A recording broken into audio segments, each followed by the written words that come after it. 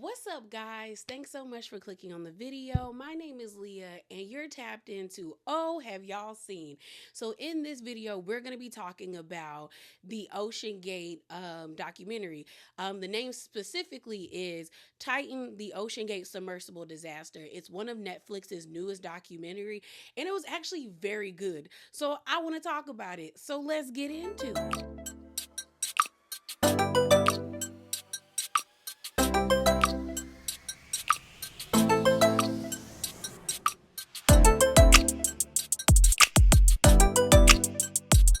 All right, y'all, so let's talk about it. I definitely think this was a well-crafted documentary. It's about 2 hours. I think the exact runtime is like an hour and 51 or 52 minutes. I do know that there's another documentary that was done or released, I want to say 2 or 3 weeks before Netflix released theirs. I think it's available on HBO Max, and it was done by like the Discovery Channel. I haven't seen it yet. I have seen clips of it on TikTok. I don't have HBO Max, but I'm definitely about to call my friend that has it so I can watch it. Because the clips that I saw of that documentary on TikTok were actually interesting as well. But I do think this was a well-crafted documentary.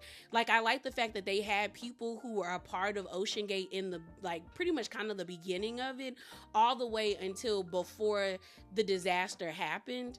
And even when the disaster happened, and the way that they were able to communicate and tell their feelings and what they experienced, I thought that was interesting and definitely added more context to the situation, because I do remember the memes and the jokes and everything when OceanGate happened, because I was gagged. Like, I couldn't believe that there were people that just like were in a tube being controlled by a PlayStation, I think it's like a 2 or 3 PlayStation controller in the ocean.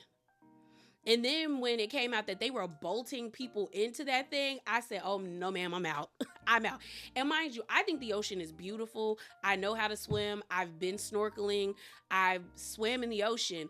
But the ocean is, as beautiful as it is also a mystery and a terrifying one at that. I think the statistic or the percentage or whatever you want to call it, or the stat is that we have only discovered like 5% of the ocean. The other 95%, we don't know what's out there. And one of the things about the ocean that scares me is the fact that you can't really, the farther you go out, the darker it is in there. Okay. Like a scene that encompasses how I feel is there's a cute Netflix movie called Sea Beast. It's an animated movie, and there's a scene that a lot of people talk about where the two main protagonists are in the ocean. They just got knocked into the ocean after the main sea beast has destroyed their ship, and you see them just floating. They're pretty close to the surface, where I think they call the animal Red. Red is just sitting in the ocean looking at both of them, not menacingly, not like evil intent, just looking at them, letting them know, like, if I wanted to eat you, I could. Okay, but I'm not today. I don't feel it. And then she slowly descends back into the ocean, or farther into the ocean, and it go like you can't see her. Like, she like, and I was like, that right there is why I don't need to be in the ocean. When the girls were growing up and wanting to be mermaids, I wanted to be a fairy. She was a fairy. Like, I wanted to be a fairy, not a mermaid, because girl, the ocean is scary. Like I said, it's beautiful yet scary. One of my favorite nature docuseries was Blue Planet. I love the ocean, but do I want to be in it like that? No, ma'am. So when OceanGate really, like, it popped off, and we were all like online trying to figure out, did they find them? Like, what was happening? I was always like, that, no, man, like, that's on them. Because there is nothing in the ocean I won't. Like, and I also was just kind of like, it's the Titanic. Like, I could watch a nice documentary about the Titanic and be fulfilled. And that's one of the questions that I had when watching this documentary, is like, why are we so invested, or y'all are so invested in the Titanic? Like, what is there that you want? Is it like valuables like gold and stuff like that? are there like, but I'm also like, wouldn't it be eroded away because it's been down there for like over several decades? And it's kind of like I don't get it. And they really didn't answer that question for me, other than it was just like people enjoy it, like it's a hobby to be into it. And I'm just like, I guess, you know. So the documentary opens up and it's kind of split into three parts, where we have the beginning of the documentary that is talking about the actual like disaster when it imploded. Then we kind of flash back to like 5 years before the disaster happens, and we see Stockton Rush at the University of Washington and him doing all his stuff there. And then it goes to like season one, and then we have season two, and then they get to actually, you know, the end where the explosion happened. So let's talk about it. All right, y'all. So the documentary opens up and we have this scene of them going to the Titan. It's already in the water. It's sitting on top, well, not in the water, but it's sitting on top of a platform. And they are going towards it to put Stockton Rush in there, several other people, and one other person that we don't see. They use this scene, which I did think the documentary did a good job like foreshadowing, because the footage we see, we don't know at the time of watching the documentary that this was several days before the OceanGate disaster.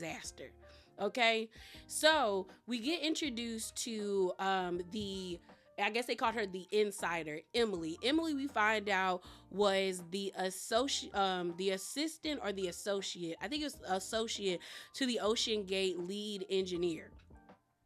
And she's just explaining how like in the beginning everything was pretty much nice.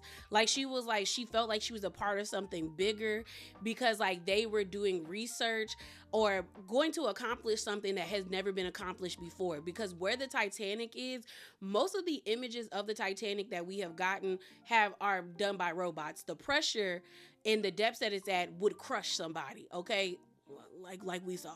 All right. And she was just like, oh my gosh, like she was excited. We then also get introduced to David. David is called the whistleblower. At the time, he was the OceanGate director of marine operations. He was supposed to be the one that was operating the Titan, you know, going on the dives with people and things of that nature. We also get introduced to Tony, who was the OceanGate director of engineering. And they start off the documentary talking about the disaster. We actually see footage from around the world, from Japan, I think from Middle Eastern countries, as well as Britain and things like that on the BBC. And everyone is just talking about this. Like it made international news that there were like was it 5 billionaires? Take 5 billionaires or millionaires stuck in a can in the ocean. And I remember a lot of people feeling like maybe the Titan had breached and they were just bobbing in the ocean. That's why they had planes flying over that area to figure out what was going on. Some people thought that maybe it was stuck underneath the Titanic and they were trying to figure out how to go down there and move them. So it was a lot of theories going on around that time of the submersible. We also meet a family member by the name, I think it's Sardana Neglet. No, I know I said that wrong. It's French. I know I said that wrong, y'all. But she was the daughter of P.H. Narglet. And unfortunately, he was one of the people that passed away in the submersible. He was also known as, you know, Mr. Titanic, because he's known for having the most, I guess, dives near the Titanic, as well as being able to collect things from the Titanic and bring them back for research purposes and things of that nature. They also, which I'm not gonna lie, I was gagged. They actually showed us the Titan imploded in the water. Like at first, when I saw the footage, I was like, what is this? And then when they zoomed in, I said, not y'all showing the wreckage. And they showed us two different angles. Like when I tell you that thing got crushed. Now I did read that they didn't feel anything, like they didn't suffer, which, you know, amen to that. But wow. Okay. Like when they showed how crushed that thing was, crazy. They also showed them taking it out of the water, and it looked bad. Now, where they're at is St. John, Newfoundland, which is off the coast of Canada. For some reason, I was thinking Finland every time they said it, but I was like, I don't even think the Titanic went that far, you know? But that is where they were searching, and that is where the Titanic is, and like where the OceanGate was supposed to be. So as the documentary continues on and we see them pulling, the wreckage out of the ocean, we actually get introduced to the lead investigator of the OceanGate disaster. His name is Captain Jason. We find out that he is a part of the U.S. Coast Guard. He said in the beginning, it was very difficult to figure out who would have jurisdiction over this situation because the disaster happened in international waters. We later on find out that Stockton Rush purposely wanted to do things in international waters so the U.S. government couldn't stop him or make any like demands or critiques of what he was doing, but it fell into the U.S. hands. So he was like, before I retired, I was trying to figure out what was going on, so I wanted this case, so he took it. We then see that the documentary flashes back to like 8 years when they started creating OceanGate. You actually see Stockton Rush. They're in Washington State. He's actually in I think a prototype, or actually the Titan, but it seems like a prototype of the Titan, where he shows like the oxygen tanks, and he shows his monitors, and he has a PlayStation controller. We end up meeting a graphic designer by the name of Joseph, who we find out helped Stockton Rush with creating like a video, kind of like a pitch to advertise to people to get them to help him when it comes to creating OceanGate and making it what it was. He talks about how like when you meet Stockton, you can definitely tell that he is very much a smart person. Also, he believes he's the smartest person in the room, but he liked him because you could tell that he was trying to achieve something that was bigger than himself. So it continues on where we see Stockton, and he's doing an interview where he talks about how like there were definitely great strides that were made when it comes to ocean exploration in the 60s and 70s, but it seems like everything has stopped since then, and there's definitely more out there that we can explore. So he felt like, you know what, we need to go further.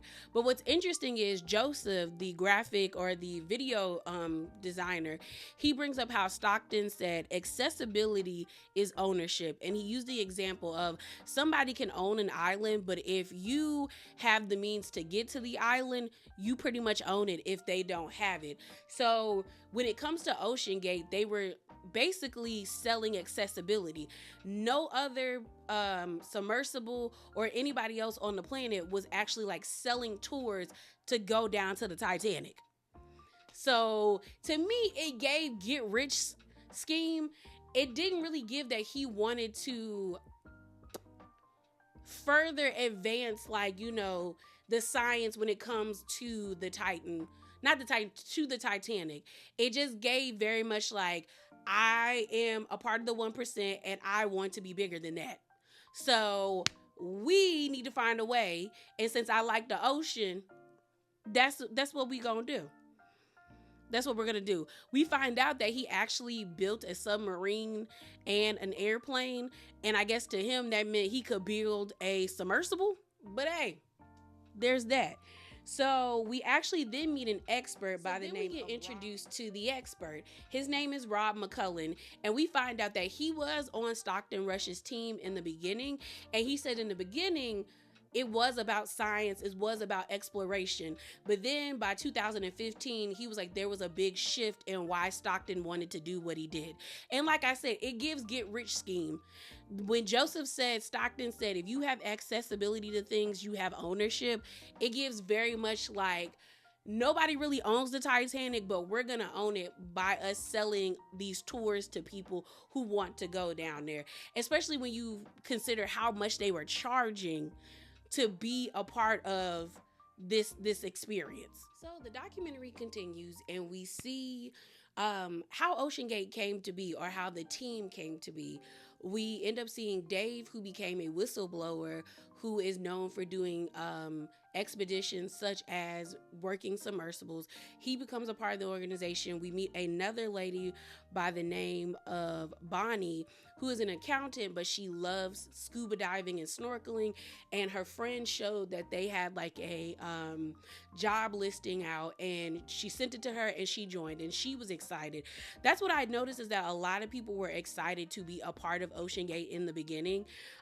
We also see Tony be a part of it. Like, everyone was like, oh my gosh, we're about to be a part of something new, something different, something big. They then start showing us the different diagrams of how they were creating the submersible, and we also see them with that PlayStation controller, and we find out that he went to the University of Washington to get help with testing the different elements that they wanted to be a part of the Titan. We find out about this carbon fiber, and that is what they made the hull of the Titan out of. So basically, like, the barrel where people were sitting in was made out of carbon fiber, which was a dumb decision because there was no tested research on carbon fiber being in the ocean or coming or being submerged to that depths. So in the beginning of the documentary, you hear this pinging noise, like it just pops, and it's like tick, tick, tick, tick, tick, and you just keep hearing it pop, pop. And that was actually what the carbon fiber sounded like as they submerged it underwater. Like, the deeper they went into the ocean, the more popping sounds you would hear, and that was basically the fibers snapping apart. Now, it is actually very sturdy material, but like I said, there's no research or scientific research. Well, I mean, research in general is scientific. Well, not all research is scientific, but there was no scientific research to prove that this stuff could withstand the pressure or the ocean water and not break. So I said, okay, red flag, follow the play. So we end up getting more information from Dave. Dave basically said he was glad to be a part of the team, but he told them he was not driving the submersible unless it got classed. So they actually explained to us what class means, where that basically means they get a third party source to come in and they do all the like safety testing to tell you if it is up to code and what it can be graded as when it comes to being a submersible. He was like, if y'all don't get this class, I ain't getting in. So they got it class, and for some reason it passed. Don't know how. So we then see the screen flash to Charleston, South Carolina, and the year is 2024, and we actually see them start the court hearings. So we see Tony. Tony is nervous. His Apple Watch is beeping because his heart is irregular, and Tony ain't happy. Tony is like, I'm a little nervous, y'all. We then meet this other guy named Mr. McCoy, who was also a part of OceanGate. And they basically ended up asking him, like, did you know this? Did you know that? Were you a part of this? And he said there were a couple of things that I didn't agree with, so I left in 2017. They were off the coast, I think, of the Bahamas, testing different things of the OceanGate of the Titan. And Stockton Rush basically says, if we get to any trouble, I'll just buy a congressman. And the people who are giving who are doing the investigation hearing are like, were those his exact words? And Mr. McCoy was like, yeah, those were his exact words. I was flabbergasted and I resigned. Mr. McCoy said, I'm not going to be a part of this. He said, I know this is about to get nasty and y'all not going to have my name tied to this, okay? Because they also asked him, did he ever get into the ocean, not OceanGate, but did he ever get into the Titan? And he was like, no, I did not. And so he left in 2017. We actually see an investigative journalist. He comes around and he's giving us all the tea. His name is Mark. So Mark is telling us how, like, it was a lot going on with Mr. Rush, okay? He was like, he graduated from Princeton, but then the gag is when they showed that they said he graduated from Princeton, they immediately show us his report card or his grades. It's D's, C's, and F's. I said, so just because you went to Princeton don't mean nothing, sir. So he graduated from Princeton. He wasn't that good of a a student, we end up seeing his wife. His wife was a part of OceanGate as well, and we find out that basically him and his wife are a part of the 1%. Like, they have true generational wealth. Stockton Rush can trace, or could trace, his lineage all the way back to, like, I think they said the signing of the Declaration of Independence. Like, there were several men in there. Somebody by the name of Benjamin Rush and another man by the name of Richard Stockton. Like, those were his ancestors. And then when you get to his wife was actually related to two people who died on the Titanic, and they basically opened a bunch of Macy's, like way back in the day. So, like, they are truly the 1%. So, this is a part of the conversation where Bonnie explains to us how Stockton wanted to be compared to, or wanted to be on the same level as Jeff Bezos and Elon Musk. That man told that lady that he called them men big swinging dicks. I sort of, what? Ew. He couldn't just say big dick energy. That's how you know he old. Cause who just walks around saying they big swinging dicks? There's some big, like, all he had to say is they got big dick energy, and that's what I want. But that's basically what Stockton wanted, and that's why I felt like this was a money grab. And as they continued talking, it became more so that, because we go back to St. John, Newfoundland, and we find out that this is when they started the first season. So the first season was the summer of 2021. We end up having the whole mission specialist situation. So we actually get introduced to somebody who was classified as a mission specialist. His name is Bill Price. Basically, he was just a customer. He paid his money to be on the Titan, and he survived. And pretty much we find out from Captain Jason and the expert that they purposely were calling people mission experts, so they did not have to, they found a workaround. They were trying to find loopholes in how that they could market people getting on the Titan and not be in trouble with, like, the U.S. government or with the U.S. Coast Guard. Because they show us video footage, and it's just all these people who are like, oh, I'm a mission specialist. But yet these are people who just paid their money to be a part of this, and they got into the Titan and they survived. So we see that in the waivers that they had to sign, basically you were signing your life away. That is what you were doing. It told you that if you suffered emotional trauma, like death, like anything of that nature, OceanGate was not liable. So when you reading paperwork like that, that should probably tell you, we shouldn't be doing this. We should not be doing this. Okay? So it's pretty much them signing their life away. Next thing you know, we end up meeting or getting more information about PH, I know I'm going to say his name, Negalant, I think that's how you say it. Remember, in the beginning, we meet his daughter, and Bill Price said the only reason why he decided to get on to the Titan was because he was there. You know, he is known as Mr. Titanic. Like, that guy has done so many like, I guess I don't want to say dives, but he is known for being able to bring back artifacts from the Titanic. And he was like, if he agrees to go, then I definitely want to go as well. And we started to see Stockton doing a lot of press tours, being on like Good Morning America and things of that nature. We actually see them like cheers the first time that they dropped the OceanGate with people in it, the mission specialists, aka the customers, and them having a successful dive and them celebrating on the boat and things of that nature. So it's like people were very happy. And I think it's easy for people to get swept up into that, especially if you have like one successful mission. But it's like the expert kept saying, he doesn't even know how Titanic survived its first mission. He was like, it was never if the Titanic was going to fail. It was always, when was it going to fail? And what happened, it failed, you know? They also show a diagram of how deep the Titanic is.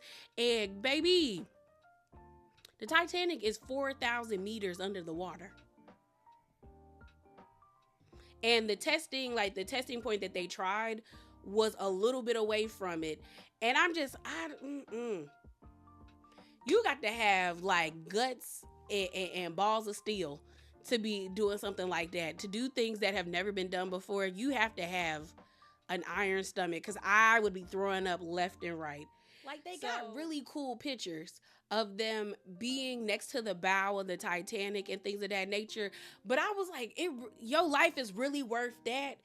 I, it couldn't be me. So then the documentary like takes us back 5 years before they did the dive that we just saw, where they were able to see the bow of the Titanic. And they're at the University of Washington, and we see them actually testing out the carbon fiber.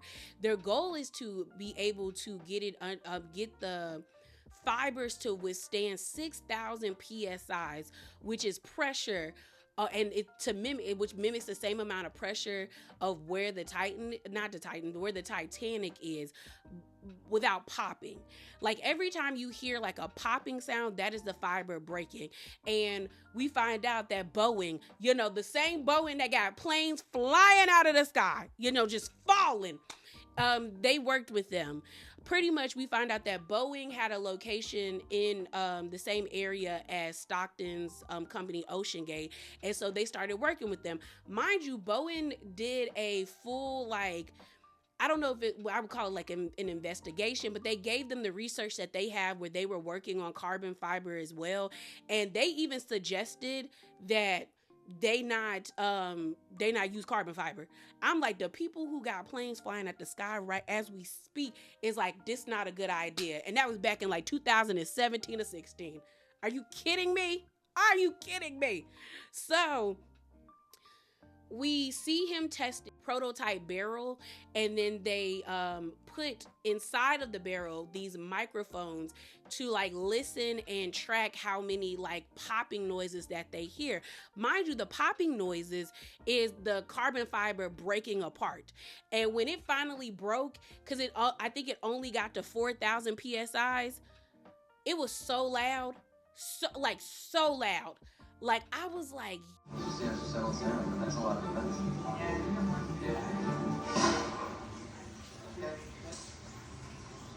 Yeah, why are we doing this again?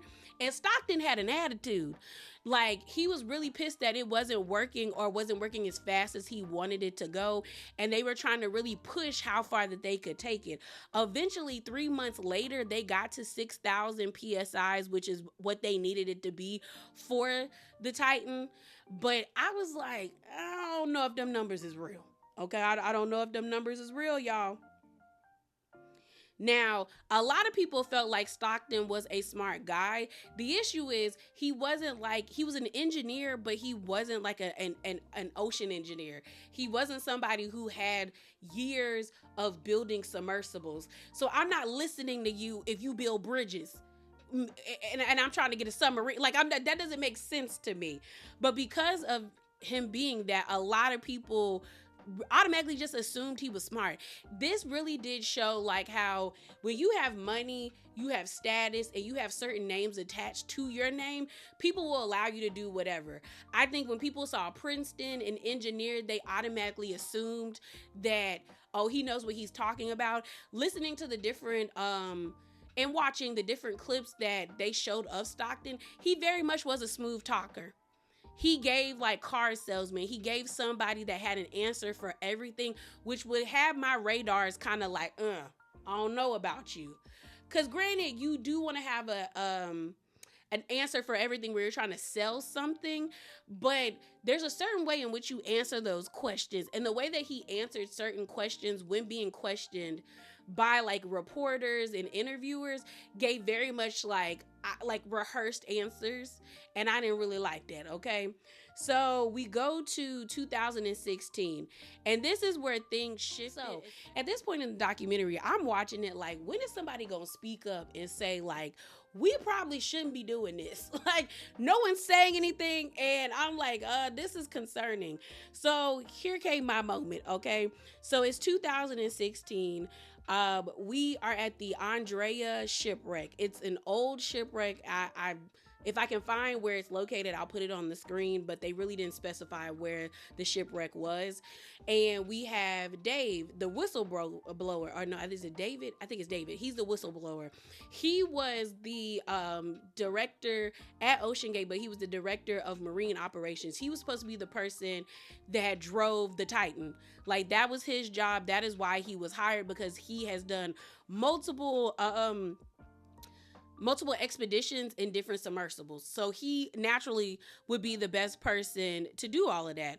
So they have their mission specialists, aka passengers, and they get into the Titan. Mind you, in the beginning, they had already figured out Dave was going to do this. They debriefed and they had their plan. Stockton decided he didn't like that plan and he wanted to be the one that drove the Titan. And Dave is like, no ma'am, we're not doing that.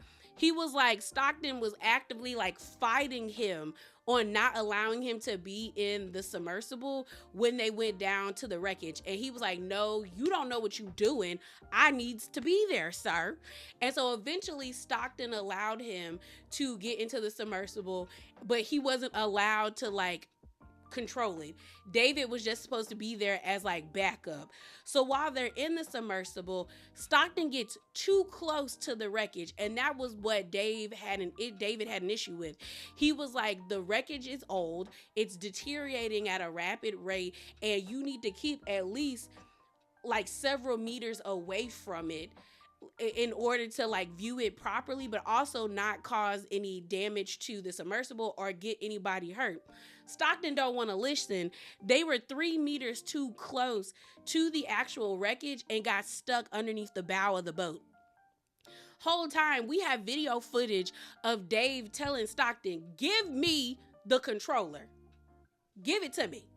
And Stockton does not want to like do it. And I said, girl, I cannot be in them types of situations, because the way I'd have punched Stockton in the mouth and we would have been in there tussling. Because what do you mean? Give it to the man and know what he doing. Give it to him. Like we would have been arguing in that submersible if it was me. And so he finally gives the controllers to David and he backs them out of the bow. And he was like, that is what the F we was supposed to be doing in the beginning. And so Stockton thanks him for doing it, but you could tell his ego was bruised after that. You have the people who are a part of the submersible being like, girl, we got stuck. They're telling his wife everything and she's like, girl, I don't want to hear this. And then next thing you know, they ice out David. Like, he's still in communication with all these people. He's talking to them, but they're not CCing him to emails. He's not being a part of company meetings, but yet he's coming to work all the time. Then there comes this point where they had just finished making the Titan. Tweaks to it to make it better. It had finally passed their PSI test, and David was like, I'm not getting in that until we inspect it. So they allowed David to inspect the submersible, and he had valid like critiques and complaints. He took pictures, he did different like tests and everything, and he sent it to Stockton, I think in January of 2018. Well, that pissed Stockton off, okay? Pissed him clean off. He was livid. So they called David in for a meeting, okay? It's Bonnie, Tony, Stockton, and several other people.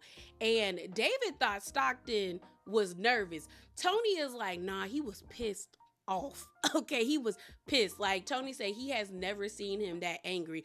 Like, his hands were shaking, but David took that as him being nervous. And it's funny how people can be in the same space and have different perspectives of a situation. And I'm more inclined to believe Tony, because the way that Stockton started to treat people after that incident, yeah, he definitely was pissed off. And a lot of things people kept saying was that Stockton identified too much with the Titan. It started to become like, if you made a critique about the Titan, you are making a critique about him. So he took a lot of things that people said very personally. So they basically fired David after that meeting. And they hired somebody else to take over and become director of marine operations. Even though you can hear Bonnie in the in the meeting being like, I think we need him. Like, he clearly knows what he's doing. And he was like, nah, no, ma'am. So then Bonnie, a couple of days later, or I think months later, decided to leave because now all of a sudden Stockton was trying to push her to be somebody who could pilot the submersible. And Bonnie was like, dude, I'm an accountant. Like, I'm not, and you can, and it also leads into the more it was a money grab because he kept saying, well, you're a female and you're a pilot. Like, we could definitely sell that to people. And she was like, I want no parts. So she said, I quietly updated my LinkedIn profile and she was like, I quit. And I'm not mad at Bonnie. Just because I know how to scuba dive and snorkel don't mean I can pilot a submersible. Also, why would you do that? Why would you have an accountant who's never had this type of experience like do something like that? You are putting the weight of all the people's lives like in her hands. Like, I'm with her. I would have dipped out real quick too. So they ended up getting somebody else to take her position, and it kept getting worse from there. So now Bonnie leaves, things kind of get shaken up at OceanGate. They're still with testing to see how good the product is, especially now with these new tweaks to it. We actually see them go to the Bahamas. They actually do like their first official test drive. After this, that's when they start marketing to people.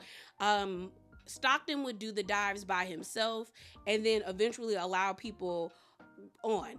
Then we get introduced to Emily. At the time, Emily, who's the insider, was a student at Washington State that was in the department that was helping out with the OceanGate and the carbon fiber testing. Well, she said one time they were in there, she heard the popping and she asked him, like, what is that? This man had the nerve to say, oh, that's the carbon fiber seasoning. I said, what? What do you mean seasoning? And she was like, you could definitely hear the pinging and the popping while you were diving. I said, okay, this is crazy. This is crazy. Next thing you know, we get different scenes, like I told y'all, of the hearing that they did in 2024 in Charleston, South Carolina. We meet this guy by the name of Carl Stanley. He also owns a submersible as well. And he had actually been in the Titan. And he was like, it stressed him out.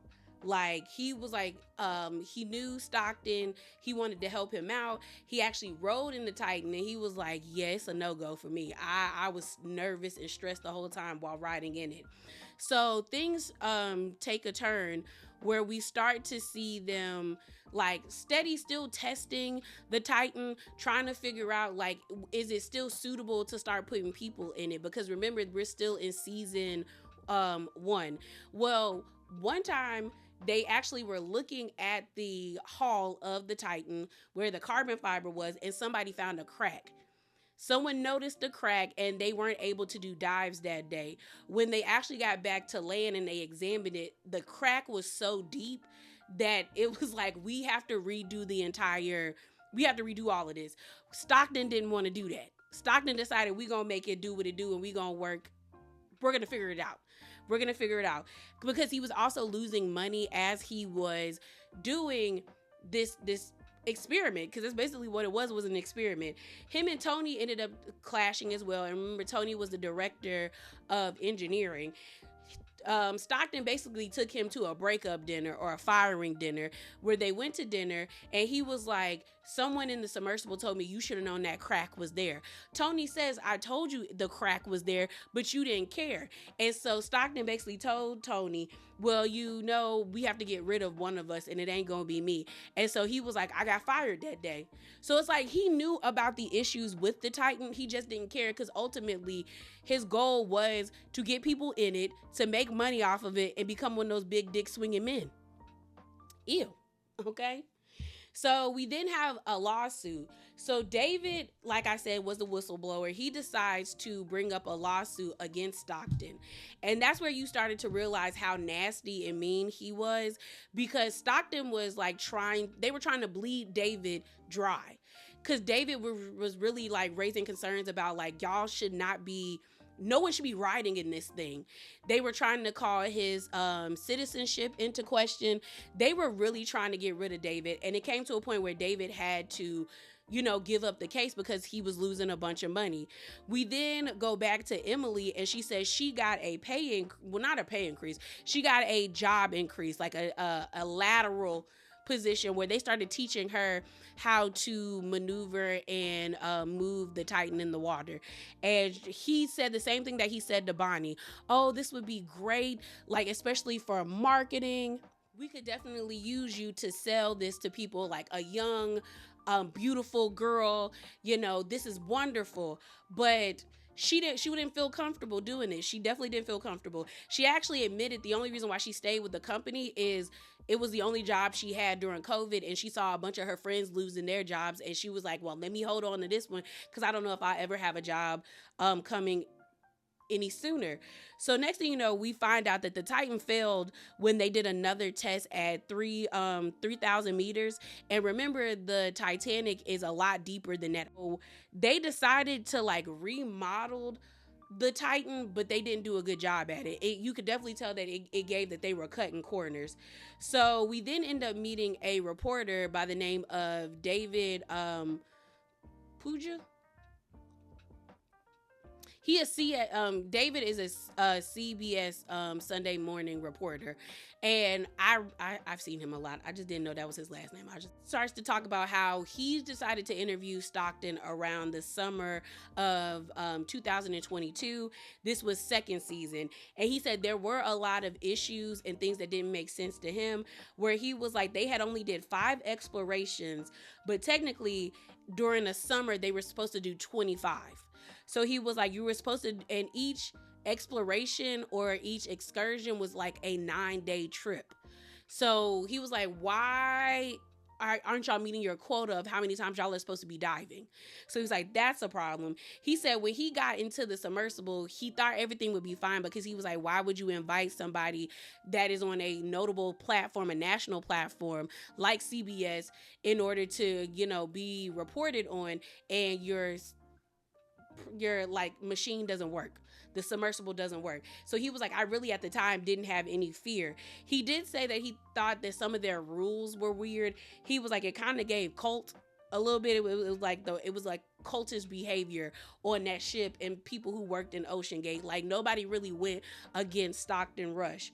So then it becomes time for basically the OceanGate situation. We actually go back to Charleston, South Carolina. We see David in court, Tony in court, and several other people in court, where they basically all admit that like there were issues. They brought it up to Stockton, but he never listened to them.